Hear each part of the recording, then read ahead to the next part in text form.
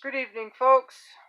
I am sitting here with my feet up, relaxing. I've already changed my clothes because I got wet. I don't like to get wet this time of year because it's just, you get too cold and you get chilled to the bone and it seems to take a long time to warm up. But I'm all dry now except for my hair, even though I had a bandana on because it was warm today. My hair is still a little damp. But here I am at the end of the day doing a fireside chat, just relaxing. Nothing but water to drink, folks. So, I did a video earlier, and I'm going to do this here tonight because there's two things I would like to cover. One is how to store your cabbage in the garden. If not all the way through winter, or at least a couple of months into the winter. Depends on how cold it gets and how well you mulch it. So let's say that your cabbage is ready and you don't want it to bolt, right? You don't want it to bolt. So your cabbage is ready and you're not ready to use it. Let's say you're not ready to use it. So you pull your cabbage up. Right straight up, folks. Don't take any of the outside leaves off at all. Just pull it right straight up. Now, if you are growing your cabbage in regular garden dirt, you're going to need some muscle, probably. Okay? And you don't want to take a spade or a garden fork to it. You don't want to damage any part of the root system. So pull it right straight up. Now, I have a tendency to grow my cabbage in like I do my potatoes, so it comes up very easily. But you pull it right straight up. Now you've got the cabbage out of the ground. That hole where you just took the cabbage out of because the roots and everything is going to come up and some dirt. That hole right there, you're going to dig that hole a little bit deeper and a lot wider. Okay, so what you're going to end up doing is in that hole, you're going to lay some leaves down, and dry leaves, folks, okay? Some hay or some straw or any kind of mulch like that. Then you are going to take the cabbage, turn it upside down, and put it in the hole. So the root system in the stalk is sticking right straight up, okay? Now you want that hole deep enough so you can bury the cabbage on top of the straw or leaves or whatever you use. So the top of the hole is going to come where the cabbage and the stalk meet. Alright? So what you're going to do then is you are going to, because they have those big bottom leaves, right? And that's going to be like your umbrella. So what you need to do is put the dirt back on over that without breaking the leaves off. Put the dirt on over that, but leave the roots sticking up. All right, so you're gonna form like a little cone, upside down cone. So it's going to taper. So if any rain gets on it, it tends to shed off instead of going down into the hole. All right. So then what you're going to do is you are going to take hay or when you rake up your fall leaves, you're going to pile them on top of that dirt that you put on over the upside down cabbage in the hole, all right? Now, if it gets really, really cold, like 25 below, I do not know how that cabbage is going to store. It's going to depend on how much mulch you put over that, all right? So even here in Maine, cabbage grows fairly well because we have a cooler temperature, cooler climate. So, and that's another reason for growing in sawdust too, because sawdust is an insulator. They used to use it in the old ice houses, right? So that's another reason to grow in sawdust. if you're in a hot climate, is when you put your seeds in and you mulch with sawdust, but you've got to add the nitrogen. Remember, the sawdust will rob the nitrogen from the plants, so you have to compensate for that. But if you like potatoes, like cooler soil, cabbage likes a cooler soil, carrots, anything that likes a cooler soil, beets, peas, anything like that is really good to grow in that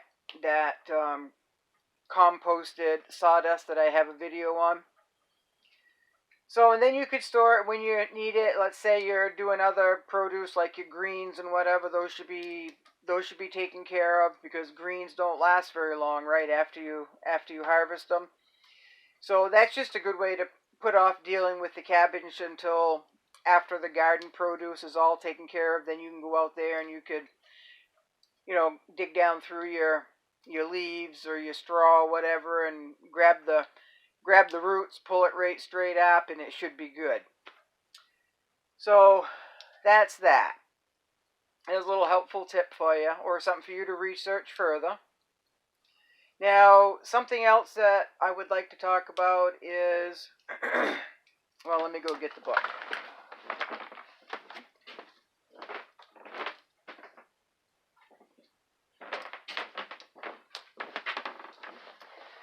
Okay, it's the book, The Lost Ways. Now, most of us have seen that as we're scrolling the internet or whatnot.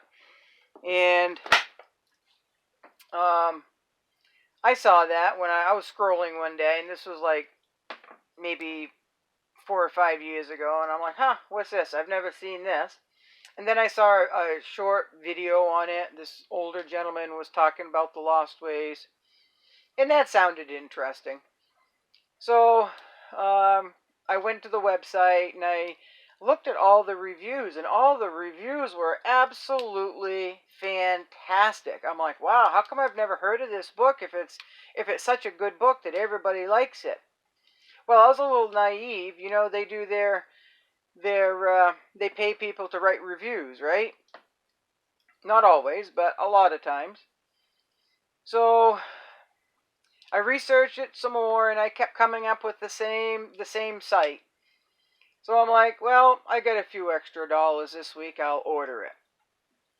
Well, it came about a week later or 2 weeks later, and I looked through it, and it wasn't as promising as I thought it was going to be.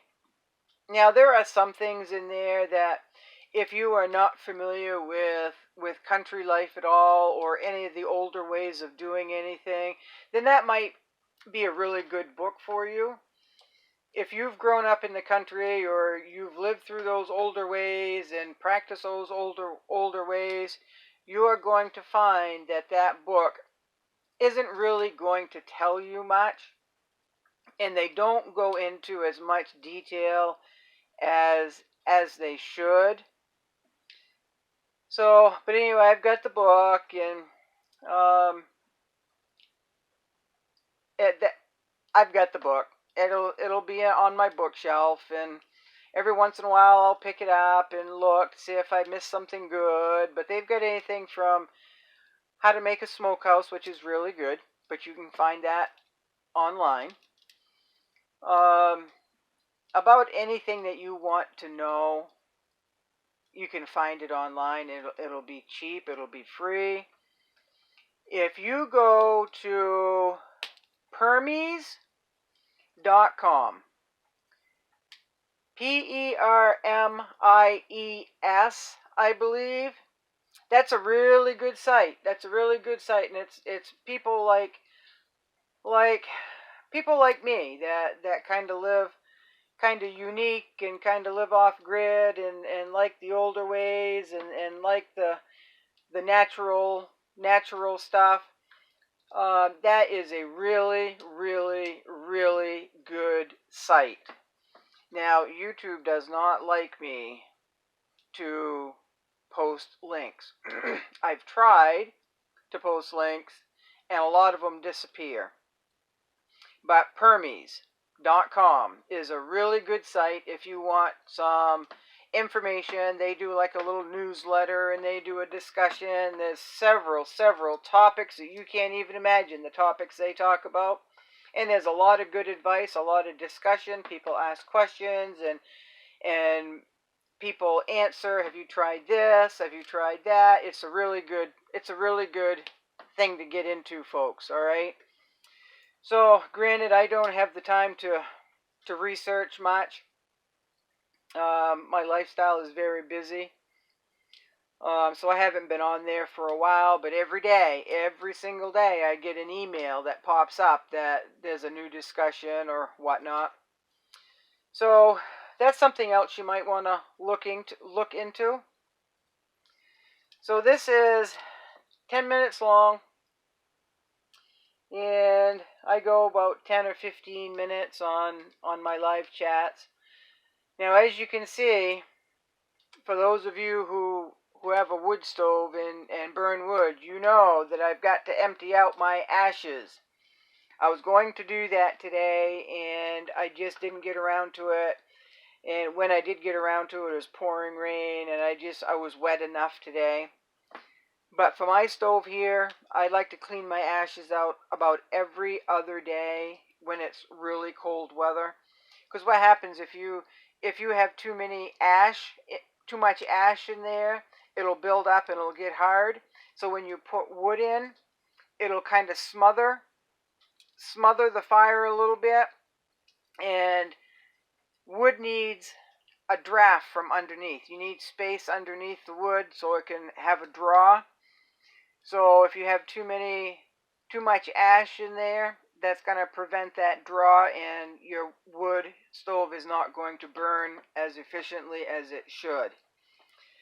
Alright, so that is that. And I think I'm going to go to bed a little bit early tonight. And my day started off, a little frustrating. I don't mind people popping in the yard, but this morning, if you saw my other video, that just kind of set my day off on the wrong foot. So anyway, have a good night. If you've watched this, thank you very much. For those of you who are sharing my videos, thank you. And for those of you who give encouraging words, I really appreciate that. You can't even imagine. Some days those few nice words mean a lot to me. All right.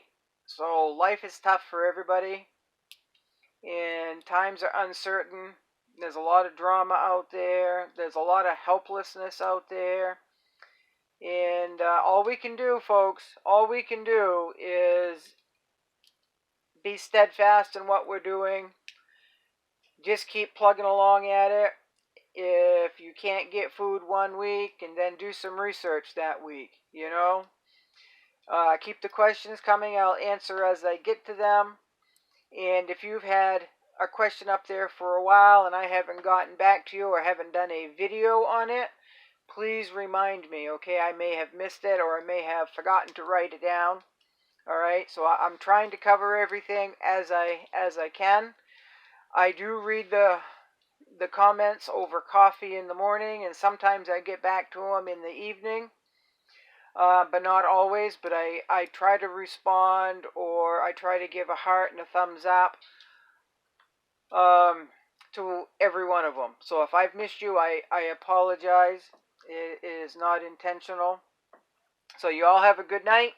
Thank you for being here. I really appreciate it. We're all in this together, folks, right? We're all in this together, so we've got to help each other out, and sometimes that's just a kind word, all right? So thank you very much. Have a good night. Bye-bye.